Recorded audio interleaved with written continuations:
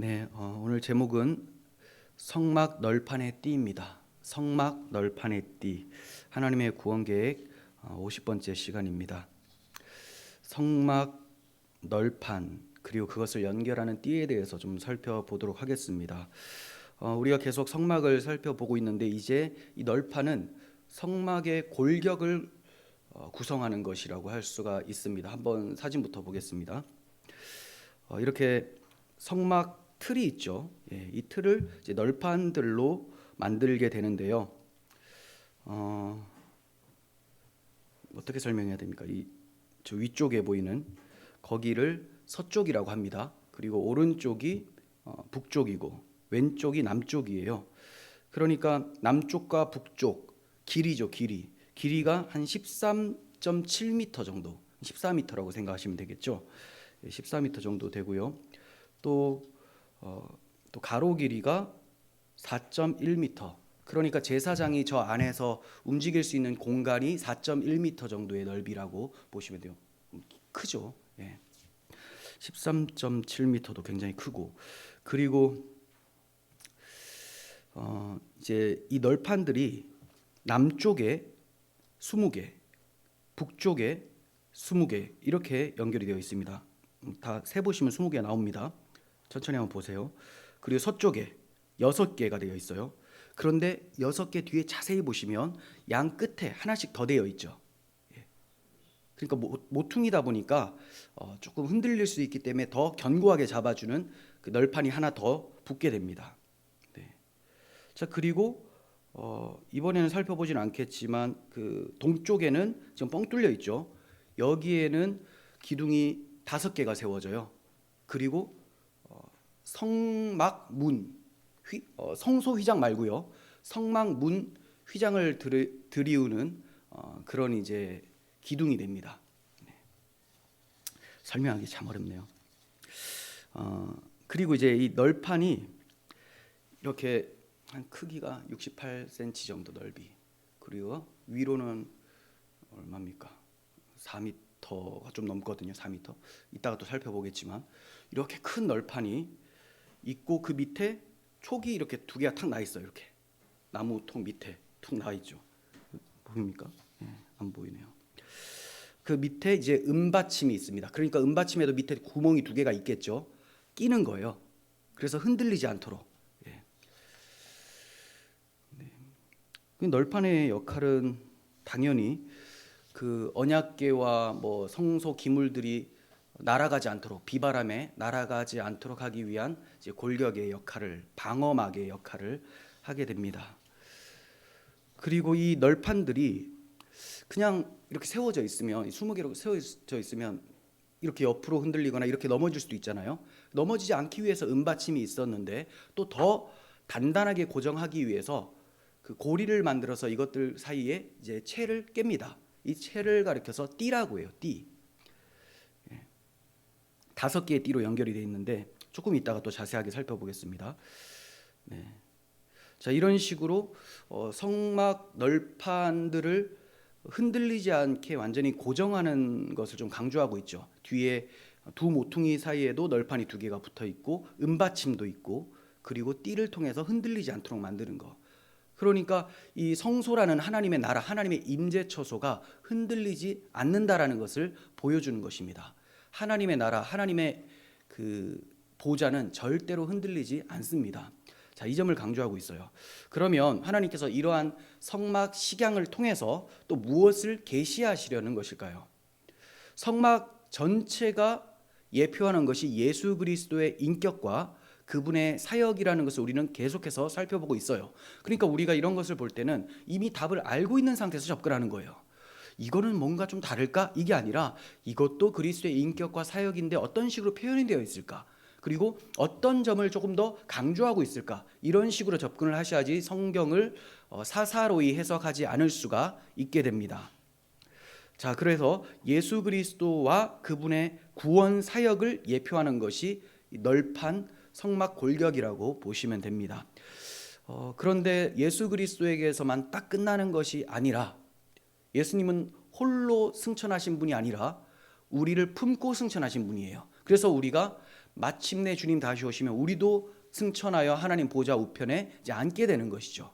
그러므로 이건 예수 그리스도와 그분의 사역을 의미함과 동시에 그리스도와 연합된 교회들의 역할과 교회들의 정체성도 함께 보여주고 있는 거예요. 그러니까 언약궤를 중심으로 삥 둘러가지고 하나님의 성도들이 쫙 서 있는 모습, 이렇게 볼 수가 있고요. 또 예수 그리스도의 크신 팔로 안고 있는 모습이라고 할 수가 있습니다. 자, 이제 하나씩 또 살펴봅니다. 먼저 널판의 길이와 재료에 대해서 조금 자세히 살펴봅니다. 15절, 16절, 29절 봅니다. 너는 조각목으로 성막을 위하여 널판을 만들어 세우되 각 판의 길이는 10규빗, 너비는 1규빗 반으로 하고, 29절, 그 널판들을 금으로 싸고, 이렇게 말씀합니다. 널판의 길이가 4.5m, 엄청 높죠. 점프해도 닿을 수가 없어요. 되게 높아요. 4.5m. 넓이는 68cm. 이 널판의 재료는 백향목처럼 멋지고 값비싼 것이 아니라 우리가 계속 살펴보고 있는 조각목, 아카시아 나무로 만들게 됩니다. 단단하긴 하지만 뭐 그렇게 가치 있거나 볼품이 있는 것은 아니죠. 예수 그리스도의 인성을 나타내는, 변치 않는 그리스도의 순결한 삶과 그리고 또 인간의 연약함을 나타내는 예수님께서 인성을 가지고 오신 하나님이다. 이것을 말씀하고 있는 거고요. 여기에다가 조각목에다가 항상 그랬듯이 또 금으로 입힙니다. 이것은 그리스도의 신성을 의미하는 것이죠. 그리스도의 신성. 그러니까 하나님께서 친히 사람이 되셔서 한 인격 안에 두 본성, 신성과 인성을 가지시고 자기 백성들 가운데 거하신 것을 얘기를 합니다. 그리고 그분이 자기만 계신 것이 아니라 우리를 그 안으로 연합시켜 주셔서 우리도 하나님의 신성한 성품에 참여할 수 있도록 만들어 주셨다. 이것을 의미하죠. 그러니까 그리스도가 하나님의 나라의 기둥이시죠. 하나님의 교회의 기둥이 되십니다. 동시에 성도들도 하나님 나라의 기둥들이 됩니다. 그래서 계시록에 보면 기둥들이 막 나오지 않습니까? 이런 것들이 다 그리스도가 우리의 기둥이시며 그 안에서 우리도 기둥되었음을 의미하는 거예요. 탈무드에 보면 아브라함, 이삭, 야곱을 세 기둥이라고 해요. 세 기둥. 언약 백성인 이스라엘뿐만이 아니라 온 세계가 이 세 기둥, 아브라함, 이삭, 야곱 위에 세워졌다라고 저들은 인식을 하고 있습니다. 아브라함, 이삭, 야곱은 무엇을 상징을 합니까? 언약이죠. 아브라함과 이삭과 야곱의 하나님, 이렇게 표현할 때는 언약의 하나님. 그러니까 진짜 기둥이라는 것은 그들 자체가 기둥이 아니라 그들에게 하나님께서 주셨던 약속, 언약이 기둥인 거예요. 언약. 그래서 갈라디아서 2장 9절에는 그 야고보, 요한, 게바가 기둥과 같이 너희들이 여기는 사람 아니냐, 이런 표현이 나와요. 기둥. 네, 복음의 사람이라는 거죠. 근데 물론 이제 그런 사람들이 좀 이제 복음을 잘 정리하지 못해서 바울에게 좀 혼나는 그런 것이 이제 갈라디아 2장에 나오기도 합니다. 어쨌든 이 기둥이라는 것은 그리스도 그리고 그분의 복음이 우리의 기둥이고, 그렇게 복음으로 충만한 성도들 한 사람 한 사람이 굳건한 기둥이 되어지는 거예요. 그리고 23절 뒤에 23절은 이 서쪽 뒤에 그 널판 2개를 덧댄다고 말씀을 드렸었죠. 이거는 하나님의 그 집을 상징하는 성막의 이 기둥들이 흔들리지 않도록 더 견고하게 붙잡아 주는 거지 않습니까? 그리고 교회를 조금 더 강력하게 붙잡아 주는 것. 이게 무슨 역할로 적용하면 좋을까요? 저는 성령 충만, 성령의 역사, 이렇게 보여집니다. 그래서 그리스도께서 자기 교회를 굳건하게 붙잡아 주시기 위해서 두 널판으로 대고 계신다. 그와 동시에 이제 이거 인간에게 적용시키면 교회 안에도 연약한 자들이 있고 굳센 자들이 있지 않습니까? 이 굳센 자들, 뭐 야고보, 게바, 또 요한과 같이 기둥과 같은 사람들을 통하여서 교회가 또 잘 섬겨줌으로써 도와줌으로써 서갈 수 있다. 무너지지 않고 잘 세워져 간다. 자, 이렇게 또 적용을 할 수가 있겠습니다. 자, 그리고 17절 19절을 볼 텐데요. 촉과 받침에 대한 내용입니다. 자, 각 판에 2촉씩 내어, 각 판은 널판 바닥에 2촉이 돼 있어요. 2촉씩 내어 서로 연결하게 하되 너는 성막 널판을 다 그와 같이 하라. 그리고 19절 스무 널판 아래에 받침 40개를 만들지니, 그러니까 널판 하나당 저게 뭡니까? 촉이 2개고 받침도 2개씩 들어가게 되죠. 예, 받침 잘 한번 생각해 보세요. 이렇게 촉이 2개 나오고요. 끼는 받침도 이렇게 나와요. 사람이 신발 신는 것 같죠? 네, 그렇게 신을 신듯이 이제 꽂으라고 하는 거예요. 이쪽 널판 아래에도 그 2촉을 위하여 2받침을 만들고 저쪽 널판 아래에도 그 2촉을 위하여 2받침을 만들지며라고 합니다. 받침은 널판 하나당 2개라고 말씀을 드렸어요. 그러니까 널판이 총 몇 개일까요? 이건 너무 어렵죠. 그런데 제가 좀 쉽게 설명을 해드리려고, 저하고 같이 보시면 그래도 좀 쉽죠. 혼자 보면 막 이게 읽기 싫어집니다. 자, 길이 긴 쪽, 북쪽, 그리고 남쪽, 여기에 20개가 있어요. 20개. 널판이 20개. 그러면 촉은 몇 개예요? 40개죠. 40개, 40개. 그러면 그 촉에 신발 신기는 받침은 40개가 되는 거예요. 그래서 받침이 40개. 그리고 이제 서쪽에는 널판이 몇 개라고 했습니까? 6개인데 뒤에 2개를 더 대죠. 그죠? 그러면 8개. 8개에다가 신발이 몇 개예요? 16개. 이렇게 됩니다. 그래서 이제 총 기둥이 52개고요. 받침은 104개 이렇게 돼요. 왜 그러냐면 이제 휘장의 기둥들이 있습니다. 휘장. 여기 그림, 제가 그림도 안 보고 막 넘어갔나? 그렇죠? 2번째 그림 안 봤네요.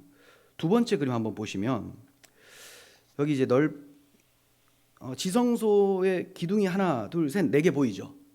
그죠? 네, 여기에도 신발이 다 신겨져요. 받침이. 그러니까 여기까지 8개 합쳐서 104개. 그리고 저기 앞쪽 성소의 기둥들이 있죠? 이건 5개의 기둥이에요. 나중에 살펴볼 텐데 여기에는 받침이 아니라 놋받침입니다. 놋. 하나님의 심판, 공의의 진노를 상징하는 놋이고, 은은 이따가 또 살펴보겠지만 속죄, 대속의 은혜를 또 상징하는 거예요. 이렇게 신겨집니다.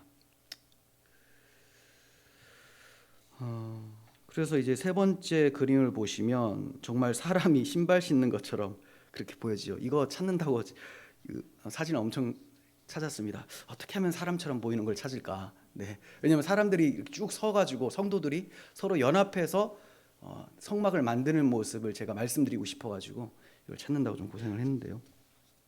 많은 고생은 아니고 아무튼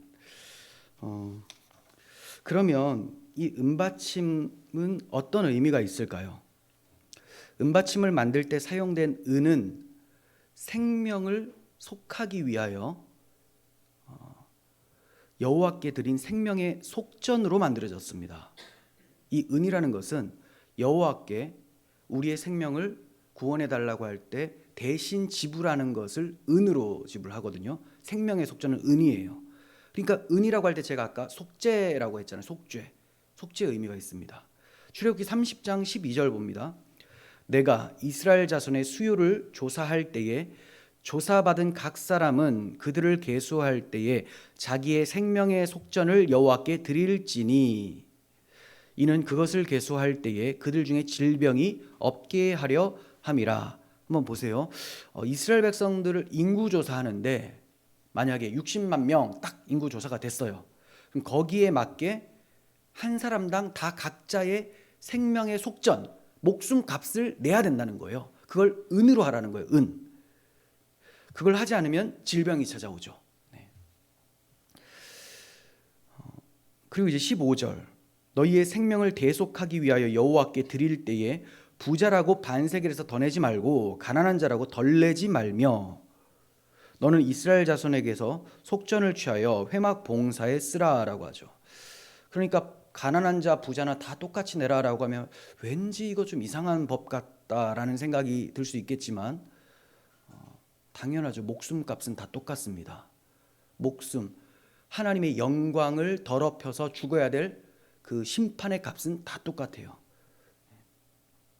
그러므로 모든 사람들은 생명의 속전을 똑같이 내게 되는데 그것이 은 30이에요. 성인은 은 30. 예수님이 은 30에 팔려나가죠. 왜 그럴까요? 우리를 대신하여 생명의 속전이 되어주시기 때문에 은 30에 팔려가게 되는 것입니다. 자, 그래서 이렇게 은을 내면 이 은이 어디다 쓰이느냐? 회막 봉사에 쓰라라고 해요. 이 회막을 짓는데 은받침으로도 쓰이게 되는 거죠. 또 그러니까 우리의 생명값이 성막에 들어가게 되죠. 그러니 성막은 예수 그리스도와 그분의 구원 사역을 나타내는 것이 너무나 당연하겠죠. 자, 이것이 여호와 앞에서 이스라엘 자손의 기념이 되어서 너희의 생명을 대속하리라라고 합니다. 이 은이 너희의 생명을 대신할 것이다. 생명을 속하는 것은 피입니다. 구약 성경에서 생명은 피로 속할 수 있다. 이렇게 말씀을 하고 있어요. 그러니까 은이나 피가 같은 의미로 지금 사용이 되어지고 있는 거죠. 그래서 피를 먹지 말라 이렇게 말씀하시죠. 구약 성경에는 피를 먹지 말라. 그래서 오늘날에도 피 안 먹는 종교인들이 있어요. 그분들은 이제 안식교인들이죠. 피를 먹지 말라. 구약 시대에 여전히 그대로 있는 거예요. 근데 이제 왜 하나님께서 먹지 말라고 하셨을까요? 이 피는 내가 너희에게 주려고 하는 거다 하면서 너희 스스로 피를 먹고 마시면 너희 죄를 먹고 마시는 것으로 심판을 당하게 되는데 이 피를 하나님 앞에 제사로 드리게 될 때 하나님께서 당신의 아들 예수 그리스도의 피를 우리에게 주실 것을 미리 보여주셨다라는 거죠. 그래서 예수님의 피가 흘려지고 나서는 영원한 속죄가 이루어졌잖아요. 이제는 피를 먹어도 됩니다. 그런데 뭐 선지 해장국 먹으면 안 된다, 뭐 순대는 먹으면 안 된다, 이렇게 되는 거죠. 뭐 돼지고기는 안 되고 뭐도 안 되고. 유대인입니다, 유대인. 우리는 그렇지 않아요. 오직 그리스도의 피가 우리의 생명을 속하게 돼요. 그런데 은으로 또 속죄를 받으니 은이나 피나 같겠죠. 그래서 예수 그리스도의 십자가의 보혈을 상징하는 것이 은 30이 되어지는 거예요. 사람의 생명값.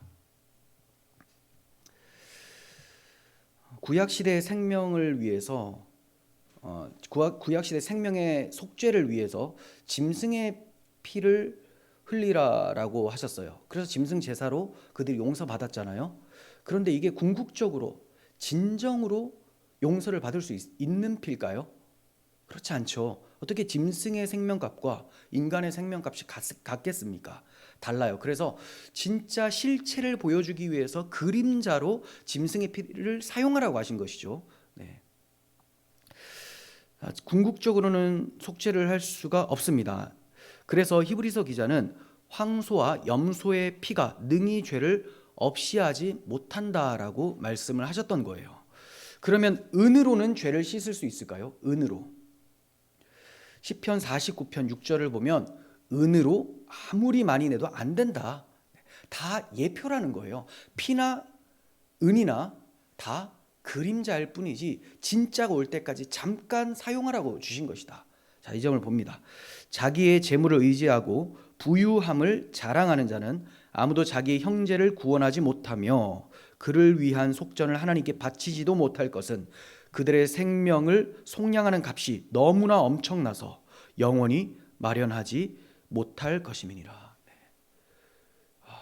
그러니까 아무리 큰 부자라도 내가 전 재산을 다 털어서 너의 죄를 용서할 수 있도록 하나님께 바칠게 해봤자 안 된다라는 거예요.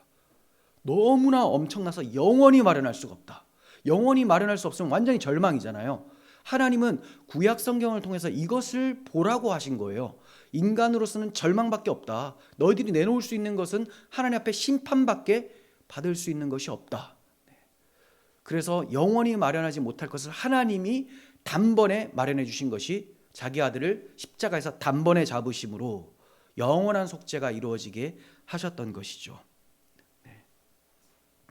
베드로전서 1장 18절 너희가 알거니와 너희 조상이 물려준 헛된 행실에서, 다른 말로 죄에서, 너희가 그렇게 악한 죄를 많이 짓고 있었는데 그 죄에서 구원함을 받은 것, 대속함을 받은 것은 은이나 금같이 없어질 것으로 된 것이 아니라 그리스도의 보배로운 피로 된 것이다 라고 말씀하고 있습니다.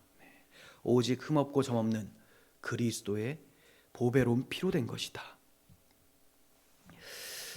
그래서 그리스도께서 은 30이라는 생명의 속전에 팔려 가시고, 자, 이걸 통해서 성막을 왜 은받침이나 이 은이 들어가는지를 설명해 주시고 십자가에서 죽으심으로, 피를 흘려주심으로 왜 피를 먹지 말라고 하신 것까지도 설명을 해내신 것이죠.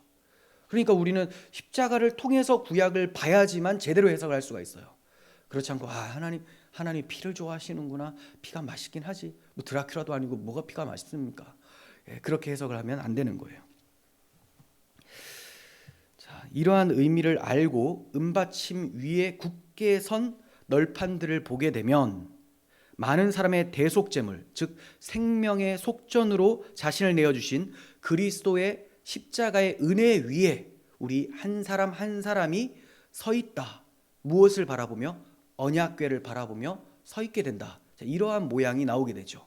그래서 모든 성도는 은받침이라고 하는 그리스도의 대속의 은혜 위에 서서 손을 맞잡은 것처럼 각자 연결되어서 그렇게 하나님 나라로 지어져 가게 되는 것입니다. 자, 26절에서 29절 봅니다. 여기에는 띠에 대해서 나옵니다. 띠의 재료가 뭐고 또 개수와 길이가 어떠한지를 좀 살펴보겠습니다. 너는 조각목으로 띠를 만들지니, 그러니까 띠가 무슨 가죽끈 이런 게 아니죠. 네, 이것 나무판입니다. 성막 이쪽 널판을 위하여 5개요, 성막 저쪽 널판을 위하여 5개요. 이쪽 저쪽이라고 할 때는 남쪽 북쪽을 얘기를 하는 거예요. 그리고 성막 뒤쪽 서쪽이죠. 거기에도 5개. 널판 가운데 있는 중간 띠는 이 끝에서 저 끝에 미치게 하고 그 널판들을 금으로 싸고 그 널판들의 띠를 꿰를 금고리를 만들고 그 띠를 금으로 싸라. 네. 또 사진 보시면 이렇게 이제 널판이 20개가 있어요. 쫙 20개가 있는데 4개는 한 10개씩 이렇게 연결을 시키고 있죠. 그리고 밑에도 연결을 시키고 있죠. 그리고 중간에 가로지르는 긴 띠가 하나 있습니다. 긴 띠. 아마도 이 긴 띠는 안쪽으로 통과하는 것 같아요. 그게 뭐냐면 밑에 그림 보시면, 자, 나머지 4개는 고리에 달아서 넣잖아요. 근데 중간을 가로지르는 한 번에 20개 다 꿰뚫는 이 띠는 널판 안쪽으로 들어간다. 이렇게 보시면 돼요. 안쪽으로. 다른 것들은 옆에 붙어 있는데. 자, 그리고 이 띠도 조각목으로 만들려고 하고요. 또 조각목에 금으로 싼 막대기가 되는 것이죠. 자, 그러면 여기서 이 띠를 만드는 목적이 뭘까요? 흔들리지 않도록, 틈이 벌어지지 않도록. 널판들 사이에 띠가 없으면 붙어 있다가 이렇게 막 떨어지겠죠. 바람 불면 이렇게 흔들리고 넘어지고. 틈을 내지 않고 흔들리지 않게 하기 위해서 띠로 탁 고정을 시키는데, 이와 같이 교인들은 서로 그리스도의 보혈의 은혜로, 성령의 역사로 함께 연결되어 지어져 가고 있다라는 것을 보여주는 거예요. 우리가 에베소서를 통해서 계속 살펴보고 있지만 교회론이 그렇지 않습니까? 교회는 그리스도의 보혈과 성령의 하나 되게 하시는 이것으로 굳게 지켜져 가는 교회다. 이 점을 보여주고 있습니다. 그래서 바울 사도는 이 모든 것 위에 사랑을 더하라. 이는 온전하게 매는 띠니라. 이렇게 말씀하셨어요. 사랑을 더하라. 온전하게 매는 띠다. 제가 좀 전에는 복음으로, 그리스도의 보혈로 하나 된다. 이렇게 말씀드렸죠. 그게 사랑이에요. 복음이 사랑이고 그리스도의 보혈은 나를 사랑해서 흘려주신 하나님의 사랑 아닙니까? 그래서 그 사랑으로 무장해야지만 성도들, 교회든 분열이 없습니다. 자, 그리고 모든 겸손과 온유로 하고 오래 참음으로 사랑 가운데서 서로 용납하고 평안에 매는 줄로 성령이 하나 되게 하신 것을 힘써 지키라, 이렇게 또 말씀합니다. 그러니까 교회를 하나 되게 하는 띠가 바로 사랑과 평강이에요. 평안에 매는 줄로라고 했잖아요. 사랑의 줄이 있고요, 평안의 줄이 있습니다. 사랑과 평강이 교회를 하나 되게 하는 띠가 되는 거예요. 그러면 이 사랑과 평강으로 인해서 어떠한 열매가 나타날까요? 방금 말씀드린 대로 겸손과 온유함과 오래 참음과 서로 용납함, 이러한 모습들이 교회 가운데 나타나게 되는 거죠. 이 띠는 오직 성령의 역사로 교회를 둘러쌉니다. 우리 힘으로, 우리 의지로 이 띠를 띄우자라고 하면 그 띠가 제대로 착용이 안 됩니다. 서로 저마다 자기 의가 드러나거든요. 하지만 성령의 역사로 십자가가 우리 눈앞에 밝히 보여지면 이제 그리스도의 십자가의 사랑이 찾아와서 그 사랑으로 하나됨을 이루게 되죠. 그래서 성령의 역사예요. 그래서 평안에 매는 줄로 성령이 하나 되게 하신 것을 힘써 지켜라, 이렇게 말씀을 했었던 거죠. 우리는 신앙생활을 하면서 내가 교회에 많은 좀 보탬이 되었으면 좋겠다, 이런 생각을 하는 것이 마땅하고 참 귀한데, 그것을 실천하려면 반드시 성령님께 겸손히 우리에게 은혜를 베풀어 달라고 구하셔야 되는 겁니다. 그럴 때 그리스도의 사랑과 평강으로 하나됨을 유지할 수가 있습니다. 교회란 구속의 은혜 위에 굳게 서 있는 성도 개개인이 사랑과 평안의 띠로 하나가 되어서 하나님의 성전으로 지어져가는 공동체예요. 이것을 보여주시기 위해서 널판들이 세워져서 성막이 지어지고 있는 것입니다. 성도는 자기만 잘 세워지려고 하는 사람이 아닙니다. 하나됨을 위해서 힘쓰는 자들이에요. 하나의 널판은 넘어지게 마련입니다. 생각해 보십시오. 은받침 있고 거기에 널판만 하나 탁 세웠어요. 은받침이 그래도 튼튼하니까 이게 한 34kg 정도 들어가요. 한 달란트거든요. 아주 무겁죠. 거기 위에 세워지니까 그래도 뭐 든든해 보입니다. 그래봤자 하나는 바람 불면 넘어가요. 그런데 20개가 완전히 연결되고 또 서쪽으로도 연결되고 북쪽으로도 연결되어 있어요. 하나의 띠로 연결되어 있습니다. 온전하게 매는 띠, 사랑과 평강, 성령으로 하나 되면 무너지지 않는다라는 거죠. 그래서 성도는 하나 되기 위해 힘써야 되고 이를 위해서 성령의 은혜를 구해야 되는 거예요. 우리 각 사람은 너무나 연약한 존재들이기에 여러 지체와 여러 직분을 우리에게 주셨습니다. 서로의 은사로 든든히 서가게 되는 거예요. 따라서 교회를 떠나서는 건강한 신앙생활을 할 수가 없습니다. 널판 하나는 무너진다고 말씀드렸죠. 교회를 나오지 않으면서 나 혼자 신앙생활을 해서 그래도 이렇게 열심히 기도하고 하다 보면 주님 만나겠지. 그럴 거면 교회 공동체를 왜 주셨겠습니까? 그죠? 그게 그렇게 쉽고 가능한 일이라면 공동체라는 걸 왜 주셨고 직분을 왜 주셨겠습니까? 주신 이유가 있어요. 그러니까 우리가 건방지게 하나님의 뜻을 거슬러서 자기를 믿어서는 안 됩니다. 얼마나 연약하면 연약한 사람들끼리 모아놨잖아요. 근데 완전히 다 연약하진 않아요. 어떤 하나는 잘하는 게 있어요. 그러다 보니까 서로 연결이 되는 거예요. 뭐 싹 다 다 못하는 사람들만 모여놓으면 이제 안 되는데 각자의 은사가 또 있어요. 부족함도 있고 은사도 있고. 왜 부족함도 있게 하셨는가? 그래야 교만하지 않으니, 그래야 하나님을 찬양하니. 그래서 부족함 가운데 하나 두 개의 그 은사들로 서로 연합돼서 교회가 건강하게 세워져 나가거든요. 근데 이거 없이 혼자 널판지가 아니라 널판 하나가 툭 서 있으면 후 불면 홍 하고 넘어가는 거죠. 네. 그리고 이제 널판을 이제 사랑의 띠, 평안의 띠, 성령의 띠로 꽉 잡아 매지 않으면 어떻게 된다고 말씀드렸습니까? 틈이 벌어지죠. 여기에 뭐가 들어올까요? 비바람이 들어와요. 언약궤 막 더럽혀지고 이러겠죠. 언약궤는 복음을 의미합니다. 복음이 더럽혀진다. 저는 이걸 이렇게 적용을 할 수 있을 것 같아요. 우리가 이렇게 끈끈하게 사랑으로 하나 되지 않으면 마귀가 틈을 탄다. 마귀에게 틈을 주지 말라. 우리 에베소서를 통해서 배우지 않습니까? 호시탐탐 노리고 있어요. 어디가 벌어질까? 저쪽인가 이쪽인가? 그거 조심하셔야 됩니다. 그러기 위해서는 성령께 겸손히 구하시고 복음의 은혜를 덧입으시기를 바랍니다. 자, 이제 30절 봅니다. 너는 산에서 보인 양식대로 성막을 세울지니라. 양식대로, 하나님께서 시내산에서 모세에게 보여주신 양식대로 성막을 지어라, 이렇게 말씀하고 계세요. 이 말씀은 여기만 나오는 것이 아니라 계속 반복이 됩니다. 뭘 말씀하시고 내가 너에게 보여준 대로 그렇게 지어라. 그래서 명하신 대로 그렇게 지어졌다라는 말씀이 이제 성막을 다 짓고 나서도 나오게 됩니다. 이것을 강조하는 이유가 뭘까요? 하나님께서 명령하신 그 양식대로 짓지 않으면 큰 문제가 발생하게 됩니다. 하나님의 임재 처소가 성막이지 않습니까?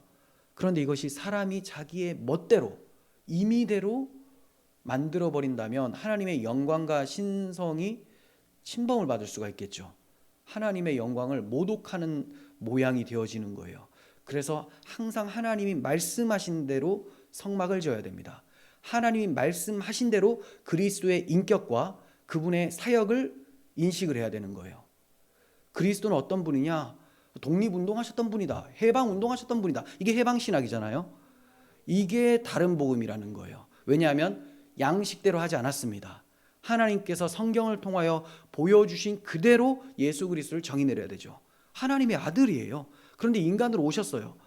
그래서 1인격 2본성, 신인으로 오신 분이시다라는 것을 알고 또 우리를 위해서 피 흘려 죽으심으로 나의 모든 죄를 용서하셔서 온전한 구원을 이루신 구원자시다. 이것이 성경에서 말하는 양식대로의 증거입니다. 하나님이 양식대로 주신 것은 이 예수 그리스도를 알고 믿으라는 거예요. 그런데 저들은 성경을 보면서 그렇게 보지 않죠. 자신들의 타락한 이성과 부딪히면 그건 버려버립니다. 도살장 신학이라고 하죠. 피 흘리는 거 좋아하는 거, 이거는 구속사적으로 보는 것은 마땅하지 않다. 독립운동으로 보자, 해방신학으로 보자. 그들이 염원하는 것이 해방이거든요. 독립이거든요. 하지만 우리의 해방은 죄와 사망에서의 해방이죠. 그래서 나의 죄를 대신하여 죽으신 예수 그리스도를 바라보게 되는 거예요. 성경대로 신학을 하셔야 됩니다. 또 우리가 좀 볼 것은 성막이 하나님이 보이신 양식대로 세워져야 되듯이 그리스도의 몸인 교회도 양식대로 세워져야 되겠죠. 양식. 그럼 그 양식이 뭐냐? 하나님의 양식은 하나님의 명령입니다. 그럼 우리에게 주신 하나님의 명령은 성경이죠. 성경대로 교회가 지어져야 되는 거예요.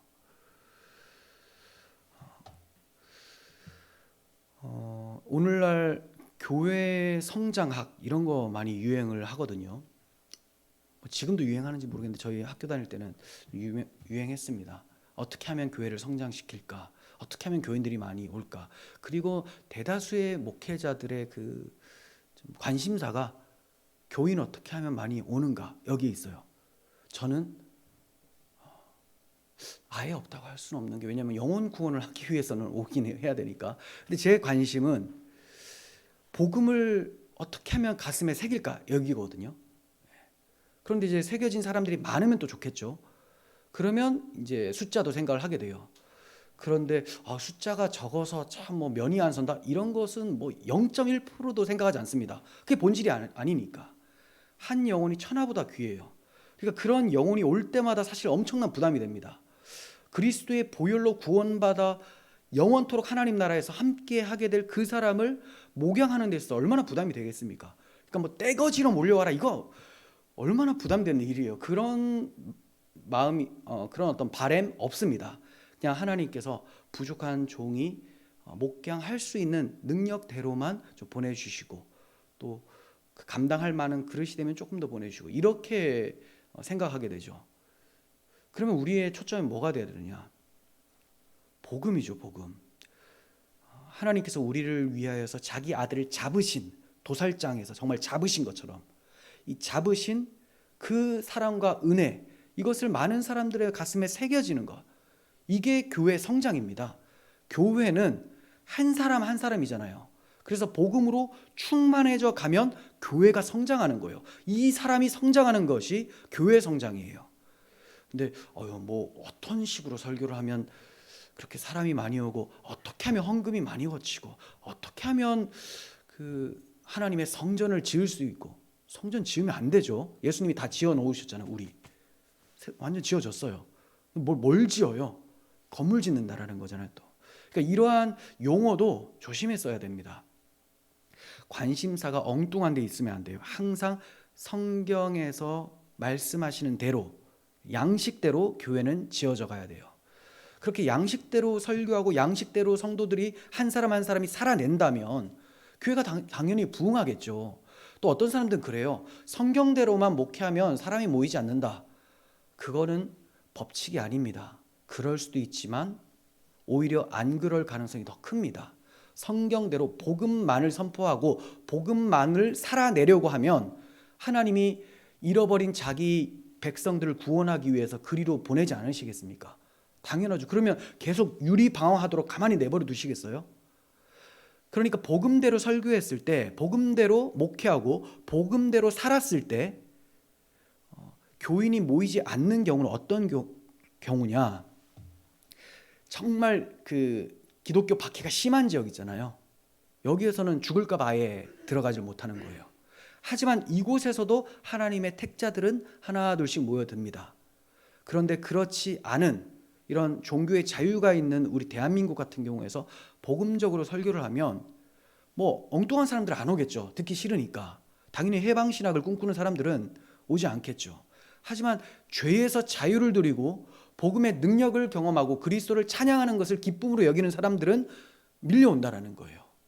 그래서 교회가 지어지는 것은 항상 하나님이 주신 양식대로 지어져 가야 된다.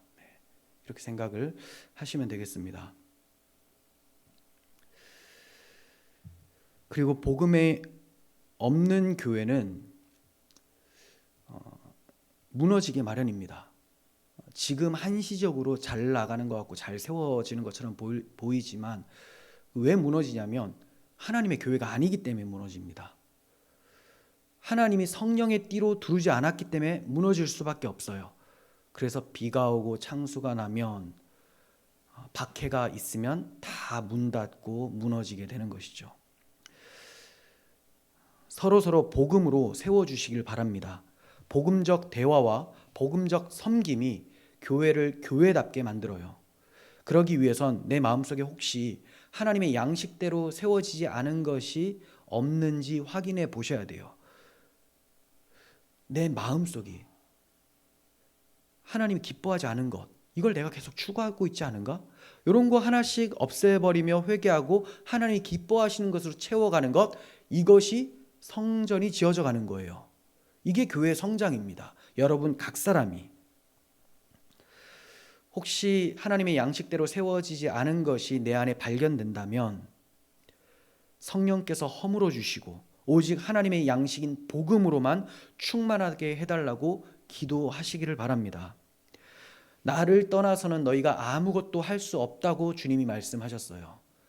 그래서 우리가 주님 기뻐하지 않은 것을 다 걷어내고 주님으로만 충만하게 하면 무엇이든지 또 할 수 있게 되는 것입니다.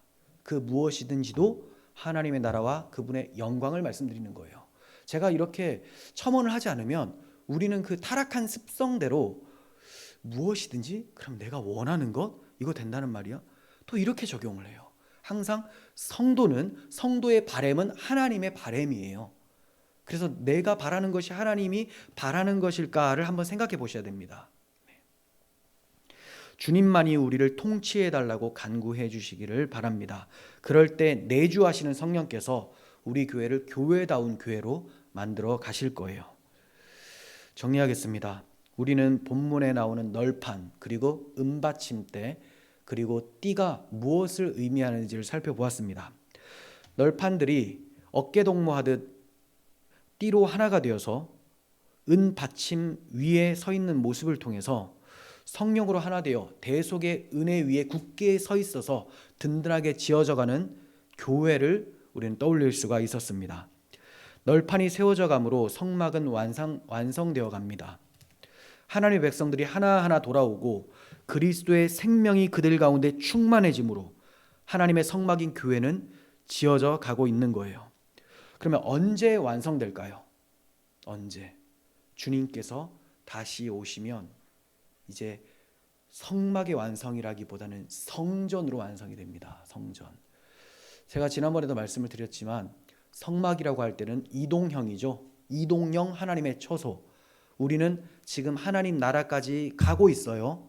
이게 우리 인생입니다. 그 인생 속에서 여러분들은 성령님을 모시고 있기 때문에 분명히 바울 사도는 너희가 여호와의 전인 것과 성전이라고 했어요. 그런데 이동형이기 때문에 성막의 의미를 가지고 있습니다. 그런데 주님 다시 오시면 새하늘과 새 땅이 들어가잖아요. 그러면 우리는 고정이 됩니다. 그곳에서 영원토록 주님과 함께 살게 돼요. 그것이 성전의 완성입니다. 그래서 성막을 지나 성전으로 완성되는 것은 주님이 다시 오실 때까지라는 거죠. 다시 오실 때, 그때까지 우리는 하나님의 널판들로서 거룩한 주님을 옷 입고 든든히 팔짱을 끼고 서로 연결하여 하나됨을 이루어 가야 되는 거예요. 그때 주님 다시 우리가 보게 되면 성전이신 그리스도 안에서 우리가 그의 영광을 보니 아버지의 독생자의 영광이요 은혜와 진리가 충만하더라 하고 기쁨 중에 찬송하게 될 것입니다. 이러한 성막 널판의 모습을 하나님께서 이루어 주실 줄을 믿습니다. 기도하겠습니다. 하나님 아버지, 저희들 한 사람 한 사람은 보잘것없는 조각목으로 지어진 널판과 같습니다. 하지만 그곳에 그리스도의 그 영광스러움으로 덧입혀진 금으로 도배를 해주시고 또 서로 하나 될 수 있도록 띠로 묶어주시고 대속의 은혜, 은받침 위에 세워주시니 저희가 하나님의 성전 기둥으로 널판으로 지어져 갑니다. 주님, 아직 많이 미흡하고 부족하고 중간중간 틈이 벌어질 때가 있지만 우리를 둘러싸매시는 성령 하나님의 은혜와 보호하심을 믿사오니 저희를 견고케 하여 주시고 주님 다시 오실 때까지 하나된 교회를 해치는 것이 아니라 모으는 저희들이 되게 하여 주옵소서. 우리 구주 예수 그리스도의 이름으로 기도합니다. 아멘.